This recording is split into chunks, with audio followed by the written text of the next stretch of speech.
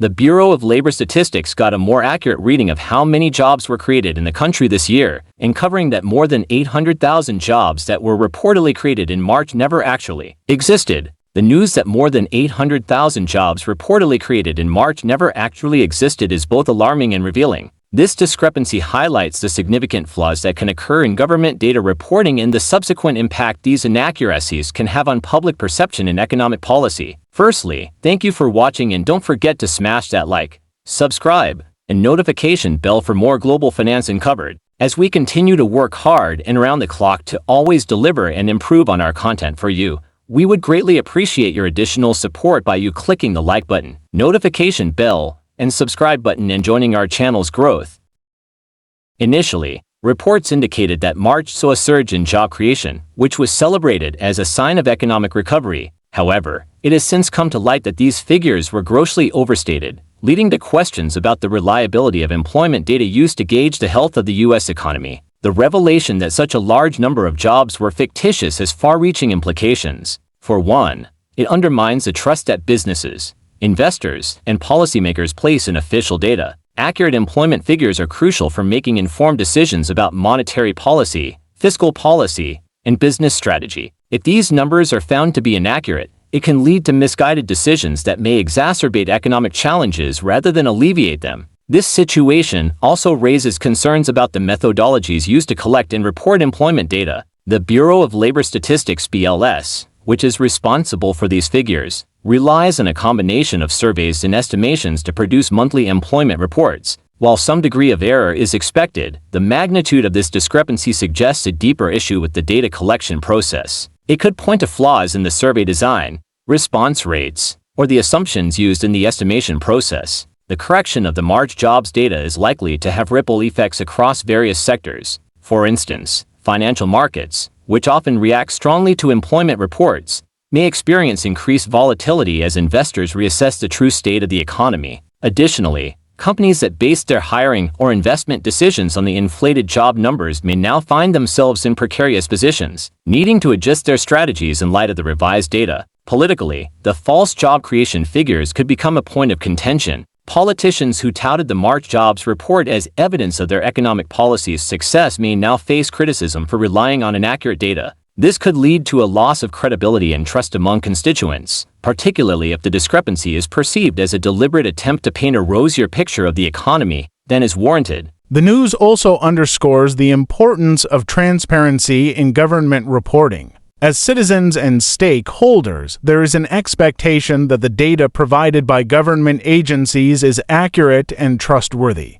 When such a significant error occurs, it calls into question the processes and checks in place to ensure data integrity. Moving forward, there may be increased calls for reforms to the way employment data is collected, reported, and audited. Another important aspect to consider is the potential impact on public confidence in the economy. Employment numbers are closely watched by the public as an indicator of economic health. When these numbers are found to be inflated or inaccurate, it can lead to a loss of confidence not only in the data but also in the broader economic recovery. This could result in reduced consumer spending, which is a key driver of economic growth. The labor market itself may also be affected by this revelation. If the March job numbers were used to justify decisions such as interest rate hikes or reductions in economic stimulus, the revised data may prompt a re-evaluation of these policies. Policymakers may need to take a more cautious approach in the coming months, potentially slowing down the pace of policy changes to avoid further destabilizing the economy. In the broader context of economic data reliability, this incident serves as a reminder of the complexities and challenges involved in accurately measuring economic activity. It also highlights the need for continuous improvement in data collection and reporting methods to ensure that policymakers and the public have access to the most accurate information possible. This news may spark a broader discussion about the role of technology and automation in improving data accuracy. As data collection methods evolve, there may be opportunities to leverage new technologies such as artificial intelligence and machine learning to reduce errors and improve the precision of economic indicators. However, this will require significant investment and a commitment to modernizing the systems used by agencies like the BLS. The revelation that more than 800,000 jobs, which were reported as created in March, never existed raises serious questions about the robustness and reliability of labor market statistics. Such a significant error in the data can distort the understanding of the economic situation, leading to misguided policies and decisions. For example, central banks and government bodies often use employment data to inform their monetary and fiscal policies. A misrepresentation of the employment situation can result in either excessive tightening or unwarranted loosening of economic policies, both of which could have detrimental effects on the economy. One of the major concerns surrounding this issue is the potential erosion of trust in government institutions. When such a large-scale error occurs, it not only affects those directly involved in policy making but also shakes the confidence of the general public. Trust in the accuracy of official data is foundational to democratic governance. If citizens begin to doubt the reliability of information provided by their government, it can lead to a broader crisis of confidence. This is particularly concerning in the current climate, where misinformation and distrust in institutions are already significant problems. Furthermore, the false reporting of job creation can have a pronounced impact on financial markets. Investors rely heavily on employment data to gauge the health of the economy and make informed decisions about where to allocate capital. The initial report of a substantial increase in jobs would have likely led to a more optimistic outlook, boosting stock prices and encouraging investments in certain sectors. The subsequent correction, however, may lead to abrupt market adjustments as investors react to the revised data. This could result in increased volatility and uncertainty in financial markets. The implications of this error also extend to individual businesses and workers.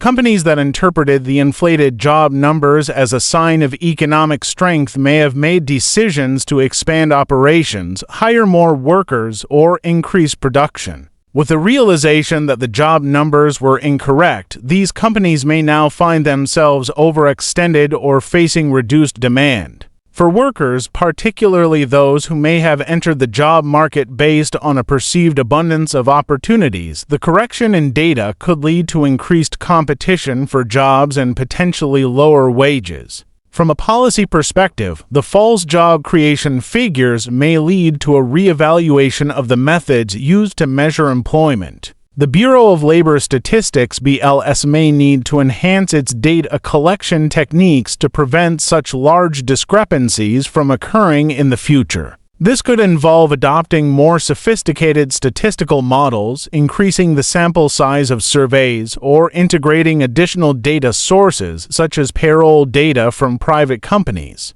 Improving the accuracy of these reports is critical to ensuring that policymakers and the public have a true understanding of the labor market. Another important consideration is the potential political fallout from this revelation. Employment data is often used by politicians to highlight the success or failure of economic policies. The discovery that the March job figures were significantly inflated could provide ammunition for political opponents to criticize the current administration or policymakers. This could lead to heated debates over the validity of other economic data and potentially create a more polarized political environment. On a broader scale, this incident may prompt a re-evaluation of how economic success is measured and communicated to the public. The reliance on a single monthly jobs report to gauge the health of the economy may be seen as problematic, given the potential for errors and misinterpretation. There may be a push to develop more comprehensive and nuanced indicators of economic well-being that go beyond headline employment numbers. This could include measures of job quality, wage growth, and labor force participation, providing a fuller picture of the labor market. The revelation also brings into focus the role of technology in data collection and analysis. As the economy becomes more complex and dynamic, traditional methods of data collection may struggle to keep up with the pace of change. There may be an increased emphasis on using real-time data analytics, machine learning, and artificial intelligence to improve the accuracy and timeliness of economic data. Such innovations could help to reduce the likelihood of significant errors in future reports. In addition to technological improvements, there may also be a need for greater transparency in how employment data is compiled and reported. The public and stakeholders would benefit from a clearer understanding of the methodologies used by the BLS, as well as the limitations and potential sources of error in the data. By increasing transparency, the BLS can help to rebuild trust and ensure that any future discrepancies are more readily understood and contextualized. Another consequence of this data era is the potential impact on wage negotiations and labor relations. If companies base their wage offers on the assumption of a tight labor market, the revelation that job creation was overstated could lead to a reassessment of these offers. Workers, on the other hand, may feel that they were misled by the initial data and could push for renegotiations or additional compensation. This could lead to increased tensions between employers and employees, particularly in industries where the labor market is more fluid. Moreover, this incident could have implications for how economists and analysts interpret labor market data moving forward. The overestimation of job creation in March may lead to a more cautious approach when analyzing future employment reports. Analysts might place greater emphasis on revisions and seek additional corroborating data before drawing conclusions about the state of the economy. This shift in approach could lead to more accurate, albeit less immediate, assessments of labor market trends. The correction of the job numbers may also influence public discourse around the economy. Initially, the strong March jobs report may have contributed to a narrative of robust economic recovery. However, the subsequent revelation of the error could shift the conversation to one of uncertainty and fragility in the recovery process. This could have a dampening effect on consumer sentiment and spending, particularly if the public perceives the error as indicative of broader economic problems. In the context of the ongoing debate over the future of work, this incident adds another layer of complexity. The initial report of strong job growth might have been seen as evidence that traditional employment is rebounding post-pandemic. However, the correction suggests that the labor market may be more precarious than it initially appeared, potentially fueling concerns about job security and the quality of available work. This could lead to increased interest in alternative work arrangements, such as gig work or remote jobs, as workers seek to navigate a more uncertain job market.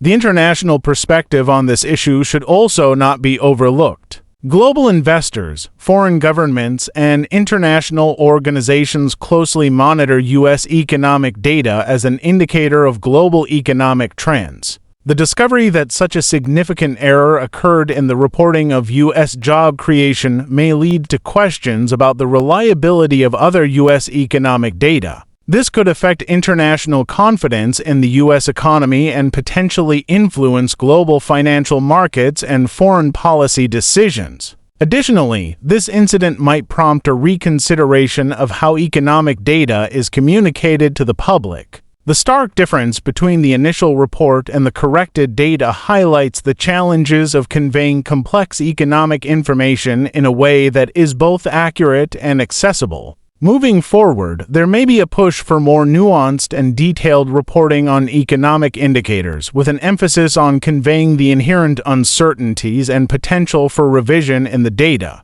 Lastly, the error in the March jobs report serves as a cautionary tale about the importance of data integrity in a data-driven world. As governments, businesses, and individuals increasingly rely on data to make decisions, the accuracy of that data becomes ever more critical. This incident underscores the need for continuous improvement in data collection, analysis, and reporting practices to ensure that the information used to guide decisions is as reliable as possible. Thank you for watching, and don't forget to smash that subscribe, like, and notification bell for more global finance uncovered.